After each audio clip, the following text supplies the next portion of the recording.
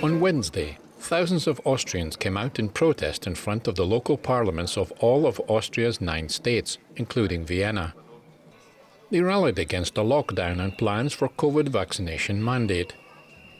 The government is working on a law for Austria to become the first European country to make vaccines compulsory, starting in February.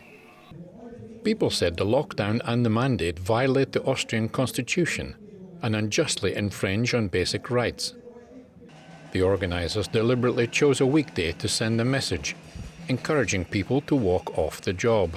To deprive the system of one's own labour is a very powerful tool, a very powerful form of pressure, especially when it involves occupational groups that are essential to the system. We are all free beings. We are born free in this world. The least freedom we all have is our body. And from that point on, an absolute red line is crossed for me. If experimental untested vaccines are to be imposed on me to permanently take away my own free decision here for the rest of my life, and not only from me, but also from my children. And as you can see in the UK, the time between booster vaccinations is now reduced to half. That means booster vaccinations are to be given every 3 months. Whether this compulsory vaccination will still work, whether everyone will put up with it. 12 vaccinations within 3 years.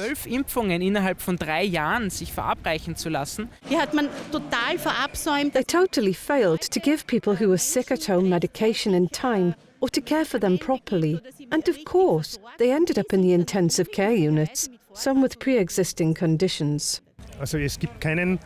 There is no scientific discourse. Normally, science is based on thesis, antithesis, synthesis, and this is no longer happening at all. The government has locked itself into one track and is not prepared to accept any of the scientific facts. God has given us a brain that should be used.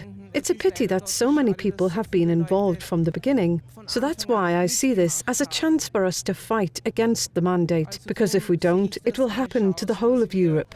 Dagegen kämpfen, denn wenn wir das nicht schaffen, dann wird es ganz Europa treffen.